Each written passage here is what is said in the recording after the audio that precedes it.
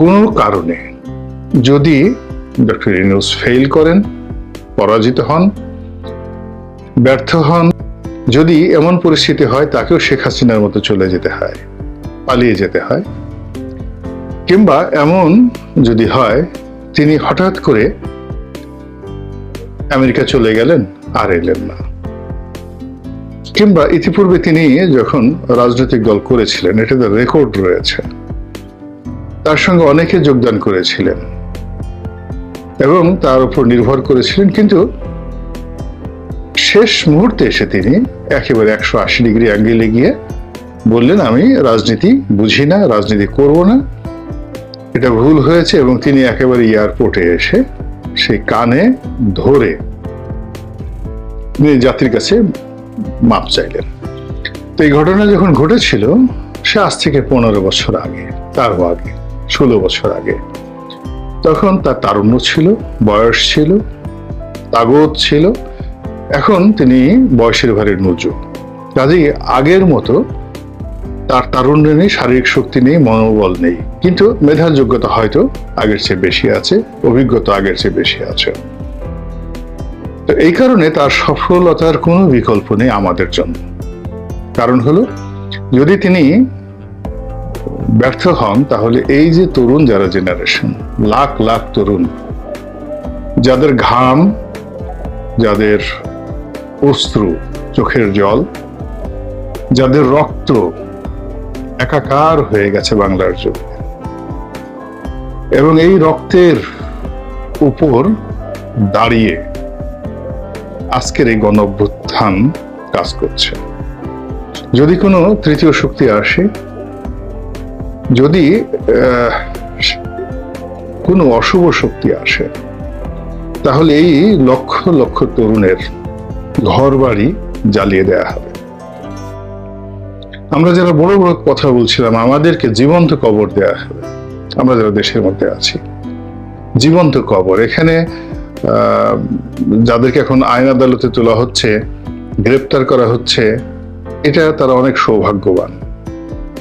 কিন্তু আগামীতে যদি আমরা পরাজিত হই, আমরা এই সুযোগটা পাবো না। আমাদেরকে একেবারে জীবন্ত ভস্য করা হবে, চিতায় ফেলে আমাদেরকে জ্বালিয়ে দেওয়া হবে, অনেককে একেবারে জীবন্ত পুঁতে ফেলা হবে, এবং আমাদের বাড়ি ঘর এমন ভাবে মিশিয়ে দেওয়া হবে, মনে হবে এখানে কোনো বাড়িঘর ছিলই না। কাজেই ডক্টর ইউনূস কোনো একক ব্যক্তি নন, তার ইচ্ছার সঙ্গে আমাদের জীবন জড়িত, তার সফলতার সঙ্গে আমাদের বেঁচে থাকার যে আকাঙ্ক্ষা, সুখ, শান্তি এবং সমৃদ্ধি জড়িত। কাজেই তাকে তেল মারা যাবে না, পুতুপুতু করা যাবে না তাকে নিয়ে। তাকে প্রতি মুহূর্তে সচেতন রাখার জন্য অত্যন্ত বিনয়ের সঙ্গে, যাতে তার মনে কষ্ট না লাগে, এইভাবে কিছু কথা বলতে হবে। আমি শুরু করেছি, অনেকেই শুরু করেছেন, আমি চেষ্টা করছি যেন কোনো অবস্থাতেই এই প্রবীণ মানুষটি, সম্মানিত মানুষটি আমার দ্বারা আঘাতপ্রাপ্ত না হন। কিন্তু আমি অতীতে শেখ হাসিনাকে নিয়ে অনেক নির্দয় সমালোচনা করেছি, সে 2009 সন থেকেই। আপনারা যারা নিয়মিত আমার টক শো দেখেন, ভিডিও দেখেন, লেখালেখি পড়েন, তারা হয়তো জানেন। তো সে তুলনায় আমি ডক্টর মোহাম্মদ ইউনূসের ব্যাপারে আমি হৃদয়ের যে অর্ঘ্য, প্রেম, ভালোবাসা, প্রণতি, ঠিক সেইগুলোকে রেখে আমার পিতা, আমার কাকা, আমার দাদা, আমার সন্তান, আমার প্রিয়জন, তাদেরকে আমি যেভাবে অত্যন্ত বিনয়ের সঙ্গে যে বিষয়গুলো বলি, সেই কথাগুলি আমি তাকে বলছি। এই যে ক্ষমতা গ্রহণ করার পর থেকে তার মধ্যে যে সমস্যাগুলো দেখা দিচ্ছে, এই সমস্যাগুলো যদি তিনি দূর করতে না পারেন, তার সফলতার কোনো সম্ভাবনা নেই। তিনি বিপুল গৌরবে পরাজিত হবেন। এক এক করে বলছি। তার প্রথম সমস্যা হলো, তার মধ্যে সুলতান ফিরোজ শাহ তুগলক সিনড্রোম দেখা দিচ্ছে। 2014 সন থেকে এই সিনড্রোমটি শেখ হাসিনার মধ্যে দেখা দিয়েছিল এবং এটি বাড়তে বাড়তে বাড়তে বাড়তে শেখ হাসিনার পতন পর্যন্ত তাকে পৌঁছে দিয়েছিল। তার 2 নম্বর যে সমস্যা, তিনি মন এবং মানসিকতায় চট্টগ্রামের বাইরে যেতে পারছেন না এবং গ্রামীণ ব্যাংকের বাইরে যেতে পারছেন না। এবং তিনি যেভাবে গ্রামীণ ব্যাংক চালিয়েছেন, তার প্রতিষ্ঠানগুলো চালিয়েছেন এবং চট্টগ্রামের যে অঞ্চল থেকে এসেছেন, এই আঞ্চলিকতা এই অল্প সময়ের মধ্যে তার উপর যেভাবে ভর করেছে, এটি কোনো অবস্থাতেই তার জন্য শুভ পরিণয় বা পরিণতি বয়ে আনবে না। এটা থেকে তাকে বের হতে হবে, তাকে সার্বজনীন হতে হবে। কেন গ্রামীণ ব্যাংকের নুরজাহান বেগমকে তার লাগবে, এগুলো নিয়ে কথা হচ্ছে। কেন লামিয়াকে তার লাগবে? একেবারে সিনিয়র সচিব পদে লামিয়াকে প্রমোশন দিয়ে তার পাশে বসাতে হবে কেন? সিভিল সার্ভিসে, মিলিটারি সার্ভিসে, তারপর অন্যান্য জায়গা থেকে লোক নেই, কেন এই জায়গাগুলোতে লাগবে? এগুলো নিয়ে খুবই নেতিবাচক কথাবার্তা হচ্ছে। উনি বয়স্ক মানুষ, সব কথা তার সামনে কেউ বলতে পারে না, কিন্তু এই জিনিসগুলো ঘটছে এবং বিশেষ করে যেখানে পুরুষের সাথে নারী আছে, নারীর সঙ্গে পুরুষ আছে, বিশেষ করে রাষ্ট্র ক্ষমতা যারা পরিচালনা করেন, তাদেরকে এই ব্যাপারে খুবই খুবই সতর্ক হতে হয়। বাদশাহ হারুন আর রশিদের মতো মানুষ, তিনি যে বিপদে পড়েছিলেন শুধুমাত্র একজন রমণীর কারণে, যুদ্ধ হয়ে গিয়েছিল, এই জিনিসগুলো জানতে হবে। তার মধ্যে এখনো পর্যন্ত প্রো পিউপিল, সাধারণ আম জনতার সঙ্গে তার যে ইন্টারঅ্যাকশন, এটা স্বাভাবিক নয়। যেমন তিনি খুব আবেগের বশবর্তী হয়ে শহীদ সাইদের বাড়িতে গেছেন, সেখানে যে কথাগুলো বলেছেন, সেখানে কান্না করার চেষ্টা করেছেন। তার পিছনে দাঁড়িয়ে জনৈক ছাত্র নেতা বা সমন্বয়ক, তিনি চোখ পিটপিট করে বারবার চোখের পানি বের করার চেষ্টা করেছেন। এই দৃশ্যগুলো আসছে। আমি মনে করি যে এই কাজগুলো তার আর করা উচিত হয় না। এর কারণ হলো প্রো পিউপিল, জনগণের জন্য যদি আপনাকে কাজ করতে হয়, তাহলে জনগণের সঙ্গে ইন্টারাকশন থাকতে হবে, তাদের সুখ দুঃখের ভাগিদার হতে হবে। তিনি সেটা কখনো করেননি। ফলে জনগণের জন্য অশ্রু ফেলতে একটা সংবেদনশীল হৃদয় দরকার, যেটা বঙ্গবন্ধুর ছিল। আর যদি আপনি অভিনয় করতে চান, তাহলে শেখ হাসিনার মতো পাক্কা অভিনেত্রী না হলে অভিনয় না করাও ভালো। কিন্তু শেষ পর্যন্ত শেখ হাসিনাও কিন্তু সব অভিনয় করতে পারেননি। তিনি লাস্টে মেট্রো রেলে গিয়ে বা অন্যান্য জায়গাতে গিয়ে যে অভিনয় করার চেষ্টা করেছেন, এটি ধরা খেয়েছেন।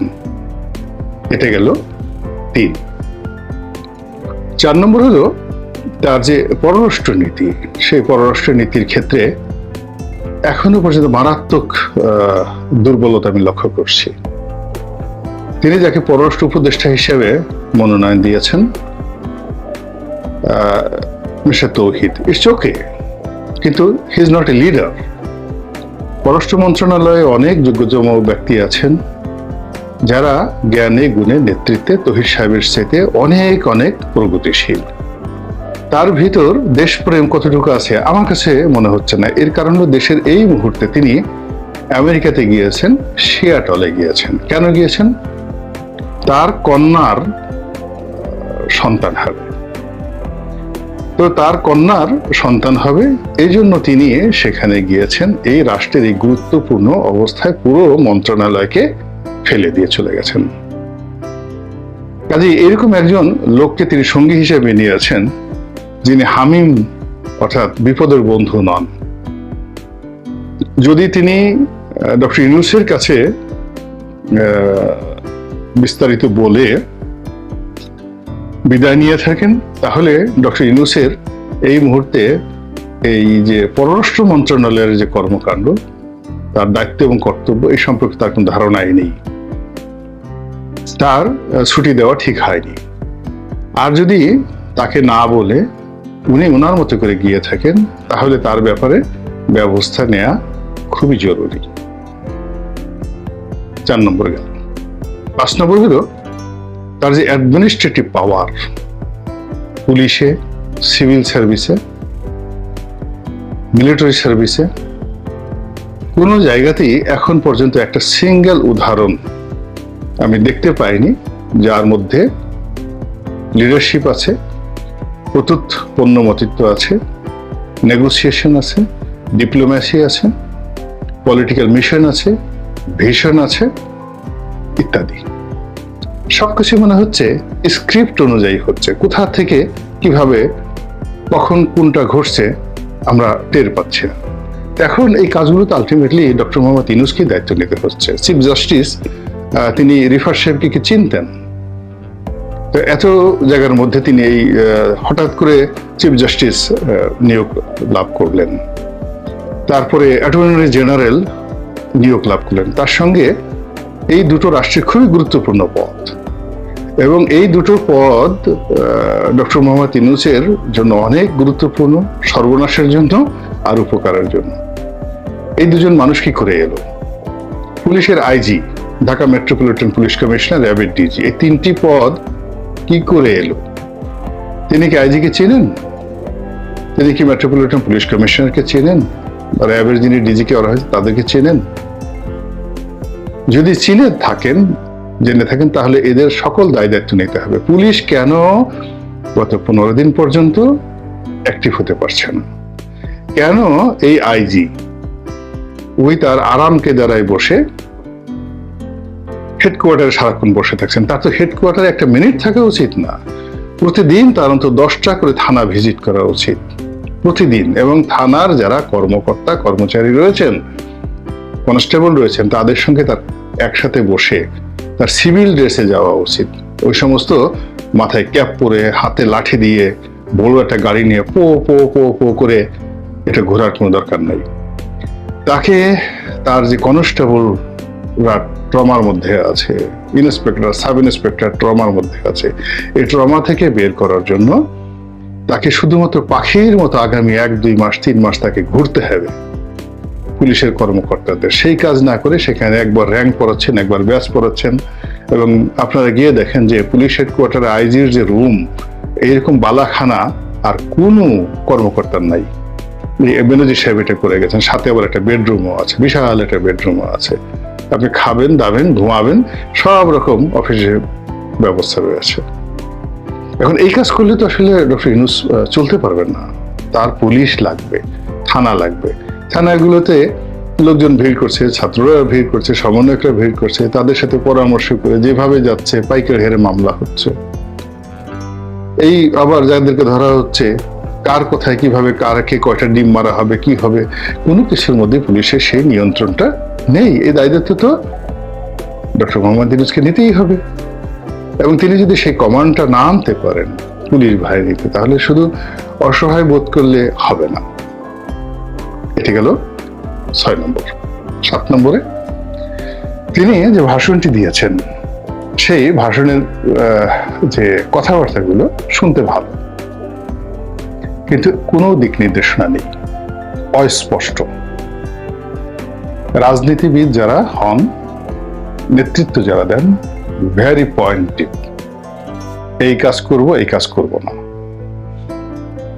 এই কাজ আমি এতদিনের মধ্যে করব, এই কাজ আমি করব না, এটা আমার পক্ষে সম্ভব নয়, আমি সব দিতে পারবো না।